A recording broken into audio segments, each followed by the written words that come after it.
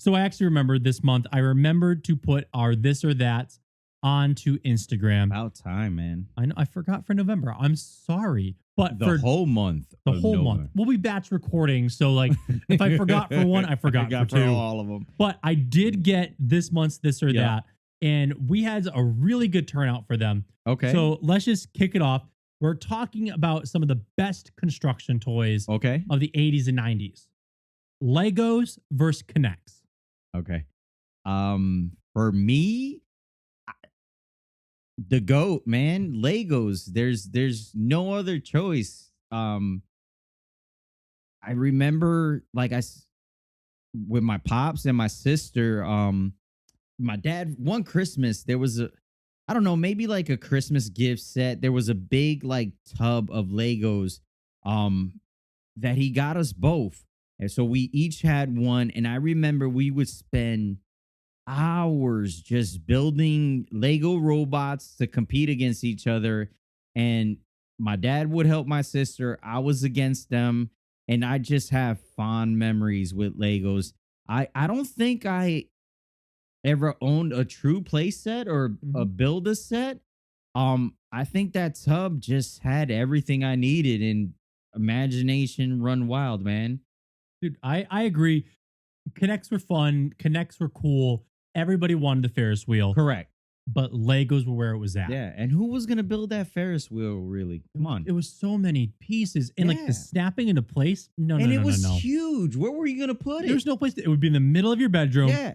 Or well, on the all kitchen of a table. week, and then it'd be dismantled. Yeah. Or on the kitchen table. But no, Legos is where it's at. I remember growing up, I had the tub thing. There's like the lap playset, Yeah. Yeah. where it had like the two green pieces that was slide in together in the middle, and you would be able to have the bins on each side, and you just play. Yep. I had that, and then my uncle was a notoriously bad gift giver. I mean, we all have one of those. one Christmas, the man got me the snow cone syrups, but no snow cone machine. And it was just funny because we're like, oh, there's another present, right? And he's just like, no, you make snow cones. And it's like, there's no machine to make the snow cones, dude. I'm 7 years old. What am I going to do with sugary syrups? But no, Legos were where I was at. He got me a Star Wars Lego set when I was a kid. And I'm not a big Star Wars fan. But when you're a kid and you have a Lego set, you just build and deconstruct and build and deconstruct. Correct. I built and unbuilt that thing so many times. I had the directions memorized. Yeah. And I could just sit there for hours doing it. And I feel like I could do that with Legos. Can't do that with Connects. Yeah, Connects were cool, but I think Connects were more of build and display than anything else. I think with Legos, the playability of the toy was there. Like you can, like you said, destroy it, deconstruct it, rebuild it, and continue and continue and continue. So yeah, sorry, Connects, you lost on this one. Well, you know what? Instagram agreed, and with an 83-17 split. Wow, that was that's a big land. split. Yeah, that's a landslide. No, Legos dominated Connects. Correct. So our next this or that, Gak or Silly Putty? Yep. Nickelodeon's Gak. Yeah. Or Silly Putty. Yeah. So for me, Silly Putty was everywhere. So I mean, it was cheap. You can get it anywhere. But to me, Gak was much cooler. I think just because it was a Nickelodeon product for me, it stood out more. It was probably messier than Silly Putty, but let's be real. Either it didn't matter. If that got on the carpet, you're done. Yeah, but I think color wise, because it was like gooey. It was like the goo, right? It was I don't know. For me, Gak has to be the one. Gak is all that. Yeah. I agree. I think Gak is a lot cooler than Silly Putty. It had the colors, it had the marketing, it had the branding. But if you're going to ask me, put two in front of me, what could you play with? Like, what do you know is going to be more fun? Yeah. It's going to be Silly Putty for me. Like, Silly Putty, you can put it and make it into a bouncy ball. You can use it on the newspaper. You can use it as like modeling clay. Yeah. You can just roll it out and make Tootsie Rolls for all you care. Yeah. Silly Putty to me just had more uses. I loved Silly Putty, and I mean, I actually did a history project on it as a kid. Yeah. So you saying you did a history project. So you have the backstory on how I know the backstory. So silly putty was created. So Silly Putty was made during wartime, and it was supposed to be a rubber replacement in 1943. However, obviously it wasn't really good as a plastic, Correct. but it had a great use as a toy. Yeah. Which is pretty interesting. I think we talked about this before, but like if we can bring up at some point and see what other toys were created by mistake, it would be very interesting podcast. It would. But you said Gak, I said Silly Putty. Correct. We were divisive on it. Mm-hmm. So was Instagram. Really? With a 60-40 split. Okay. They voted in favor of Silly Putty. Okay. Yeah, I get it. And it was around longer. I was surprised because we run a nostalgic Instagram account. We share a lot of Nickelodeon stuff. Yeah. I thought that Gak was going to win in a landslide. Yeah.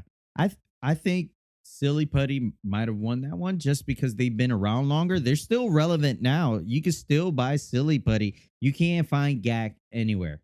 I think also, like you're talking about, like ease of access. I think the monetary level of Gak was substantially higher than what Silly Putty cost. Yeah, Silly Putty was like $1. Yeah, well, and Gak was in your toy aisle, and Silly Putty was at the end of the checkout. Correct. Convenience store, walking out. Yeah, your Osa State job lot, 50-cent bin. You know, Dollar Tree. God, I love Silly Putty though. Okay, so our last this or that. Okay. Bop It or Simon? Oh, that one's easy for me. Both are cool. Bop It is really cool.